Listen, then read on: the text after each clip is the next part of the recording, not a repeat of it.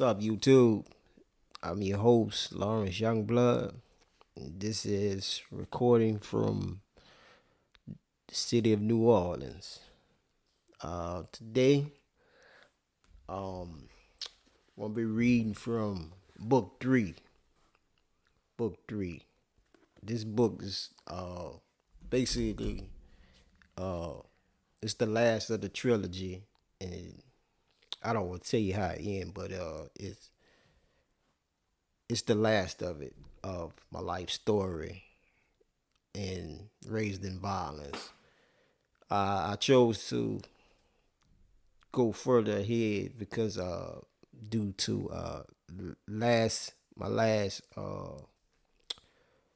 clipping video and reading, I got a lot of comments and about Walter Porter, my cousin on my father's side.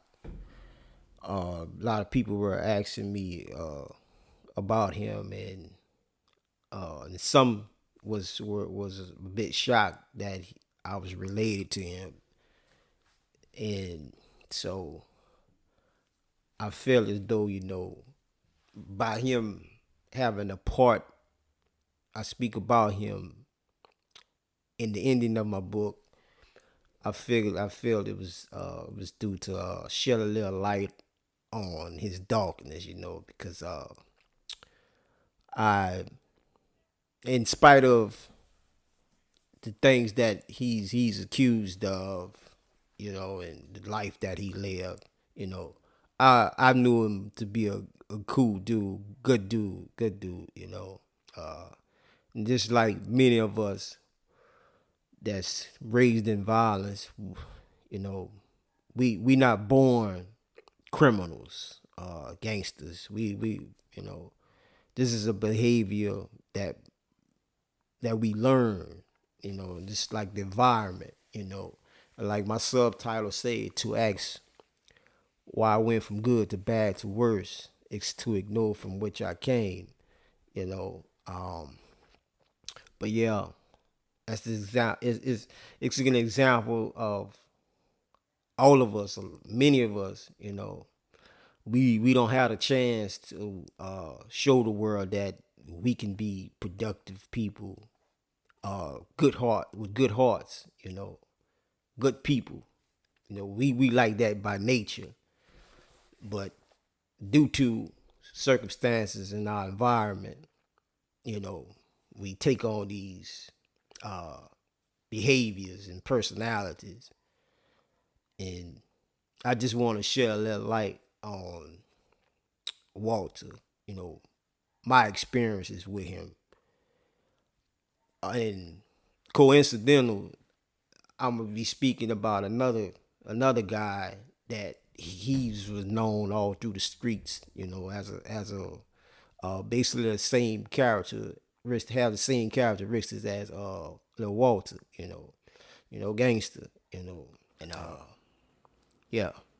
So I'm gonna be reading from book three, and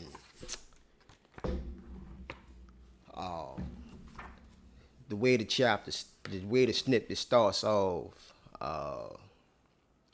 it starts off with the other individual first because he comes up first in it. This is book three, and it's like when I fell back in prison, basically facing 50 years to a life sentence. So, without further ado, let me get started. Suddenly, Big U, who favored the slim down version of rapper Fat Joe, appeared in front of my cell. Youngblood, Big U said in his signature husky deep tone. I looked up and laid eyes on the tall, big red dude sporting cornbraids and gold framed glasses. Get ready to go downstairs. Call out. The man said they want you in the infirmary and he'd be back to get you about 5 minutes, he said. Alright, I said, rising to get prepared. I was already dressed in a gray long sleeve sweatshirt and pants with OPP stenciled in black on them. So all I had to do was slip on my white and blue Nike Air Max sneakers and get strapped with my shank. "You straight, huh?" he said, referring to needing a shank or arming myself because one was subject to running to an adversary or random confrontation to go to war. "For sure," I assured Sharp, sitting on my bunk, bent down, tying my sneakers. "Alright, handle your business then, nigga." All day, I assured, ready for whatever. Big U proceeded up the tier, more than likely heading to tend to some other jailhouse custom he was embedded in. He was able to move about and roam the tier and not be locked in 24/7 like everyone else because he was the tier representative, aka tier up. He was the go-to guy who served the food, made sure the tier was clean, and so forth. One really had to be a strong individual or gangster to be able to have this type of position. If you were weak, just like the streets, dudes would jack you or strong arm you out of it. Of course, Big U was a strong cat who prided himself on being a gangster and upholding his street rep and project to its fullest. In fact, he ran the test though he was still in the projects holding the dope spot down. In his early 30s, Big U, also known as Big Eugene or Big Calio, was a real street dude from out of the Calio project. Like the average cat from the streets, he'd been in and out of the penal system, sold drugs and squeezed triggers most of his life. He actually lived a real hard knock life. He even cheated death once after surviving a close range shot to his dome, to the head. As much as Big U was known, I never knew of him until I came on the tier and later learned that he knew and often hung out with some of the same people. In fact, he grew up amongst and knew Marie and her family well. He knew of me and Marie's situation and who exactly I was when I rolled in on the tier, but never once approached me or said a word to me. However, when my partner Don, who was from off the 3rd and G set and was a childhood friend of Big U, rolled in on the tier several months after me, we finally befriended each other and got big jam. Big U was initially in jail for a murder and gun case, but the murder case was dropped and he eventually ended up with a 15 years flat sentence with a gun. I'd learned throughout half of this incarceration that even though he and many others that were known gangsters and grimy street dudes, they were still capable of giving and receiving love. There was still humanity inside of them.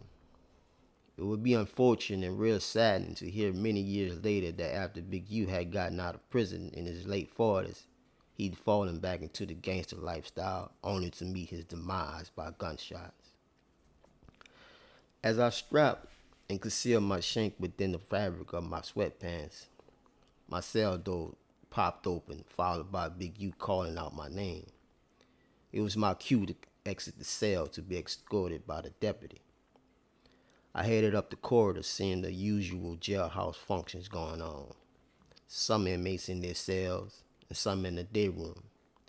I approached the security wide gate door, and the young, chubby, brown-skinned deputy opened the door and allowed me through. I continued on through 2 vault-like doors and stepped into the stairway of the jail. The deputy locked the doors back, then placed shackles on my ankles, and then proceeded escorting me down the flight of stairs.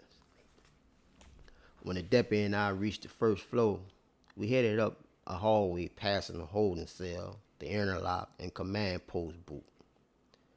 As we were approaching, about to turn left onto the intersect hallway, my eyes widened seeing Lil Walter in the near attorney visiting booth. He was seated with his long leg propped up on a chair, holding a pair of crutches, obvious due to a leg injury. I hadn't seen him since 2001 during the time me and Matt's boyfriend, who he knew well, were disputing. Before then, it had been early '91 since I last saw him. He had been transformed tremendously over the years. He was another prime example of how the streets can turn you into something you never saw yourself being or becoming. A good boy gone rogue. Lil Walter, who I later learned was also known as Mooney and Urkel, was my cousin on my dad's side. His dad, Big Walter, was my dad's cousin. When I was a kid, I would often visit my dad's family's double shotgun house on 7th Street in the 11th Wall. Lil Walter would be over at his dad's mom's house sometimes. It was the adjacent house next door. We would pray freely within the gated front yard of the house. It was always a great joy to play and interact with him, especially since he was a humble and kind-hearted kid like I was. We seldom met up at our family's house, but when we did, we'd play and have fun like there wasn't a tomorrow. Throughout our childhood elementary years, Lil Walter and I only got to see each other when we visited our dad's family house. This was due in part because I lived in the St. Thomas Project while he lived far apart in the 13th Ward. We started seeing each other often throughout our junior high years, which the year I got expelled from Samuel J. Green, he started attending the school. Every time I see him, he was still that humble, happy-go-lucky, nerdy, smart schoolboy kid I knew. While my life was taking that turn for the worse, I was certain he would go off to college and live a successful life far away from the ghetto life we were growing up in. However, by high school, early 90s, I knew he was changing for the worse when I saw him hanging out with some street cats from the 13th Ward I knew from junior high and was cool with. In fact, the next time I see him would be many years later in spring of 2001 when he'd come home from doing time in prison for weapons and violation charges. We'd see each other a few times afterwards, which each time all I could do was chuckle hearing him talk gangster and say to myself, these streets is a motherfucker. What's up, cousin? Lil Walter blurted out from the boot with a security wide door. I smiled and patted my fist to my chest, indicating big love as the deputy escorted me up the intersecting short hallway. Keep your head up, gangster, he blurted out again, indicating he knew of my publicized troubles and misery. I chuckled, really realizing that the humble, happy-go-lucky, nerdy, smart kid he once was definitely no longer existed. He'd grown way too gangster to be humbled. In fact, years later I'd read in the newspaper, learn from street gossip about he and my partner from the Drives YMCA alternative school, telling Hampton, being infamous and public enemy number ones in the city and getting put away for life by the feds and state. Porter has an extensive arrest and conviction history for violent crimes, to include crimes such as burglary, illegal weapons, simple battery, damage to property, putting officers' lives in danger, and convictions for assault, aggravated battery, distribution of marijuana, and felon in possession of a firearm. Morning. You know what it is, baby. You heard me? It's all good in the hood. You heard me? We can't let a rich, powerful street thug intimidate the whole justice system. The district attorney's office will retry the man once called the most dangerous criminal in New Orleans, but experts say the case sets a bad precedent. The trial for Telly Hankton, the man once said to be part of a notorious crime family, ended in a hung jury, and a criminologist says this case could have a ripple effect on the criminal justice system. WDSU reporter Simony Chewin has tonight's big local story. Simony? Scott, experts worry that this hung jury could set a negative tone for any future convictions. This is a chilling outcome. After 2 days of testimony, a jury could not reach a verdict in the murder trial of Telly Hankton. Tulane criminologist Peter Scharf says this is not an average murder trial, considering the 35-year-old Hankton is also described as a powerful drug lord and hitman. Yeah, so that's read from book 3, a snippet. That's basically, ending of my trilogy. Like I said before, I was sent off to prison for the 3rd time. But yeah, man, Lil Walter, as I know him as, everybody know him as Mooney and, the streets, But man, he was good dude, man. But like I see, um, when I saw him, last time I saw him before 2001 was in the early 90s. And he was just at that point where, he was coming out of that, transitioning, into that monster, that gangster, that everybody know him, as, say Mr. 50 Shots, But it was at a corn. I remember that we was at a corn dance, and I think it was some dudes out. Yeah, it was some dudes out the St. Thomas project, right? And he was hanging with some cats that I knew from the 13th Walker. That's where he lived at too, he had this particular partner that really loved him, his name was Smiley, man. Smiley had a serious set of hands, man. And man, whew, and he hit hard too. But Smiley loved Mooney. I mean, Lil Walter. And I can't remember vividly actually how it happened, but all I know is the dudes out of St. Thomas was jumping them. And as before I could react and then run to his aid, man, Smiley come out of nowhere. And it was about 7 of them. He knocked every last one of them dudes out, bro. 7 dudes. He was like the Tasmanian devil on these dudes. I'm like, damn. So I was like, damn, and I picked my cuz up, he was all right. Then the police came in and, rushed the scene and escorted everybody out who was involved in the shit. But man, I want to say, man, Mooney, man, my love out to you, man. Just keep your head up, bro. I'll keep you in prayer. My prayers out to all victims and people that's involved that has been hurt by his alleged actions in the streets. I sympathize. My prayers go out to all the people, all the families and victims who've lost loved ones due to senseless violence. May we cease the violence. But yeah, that was my take on Big U, befriending him, in incarceration, good dude.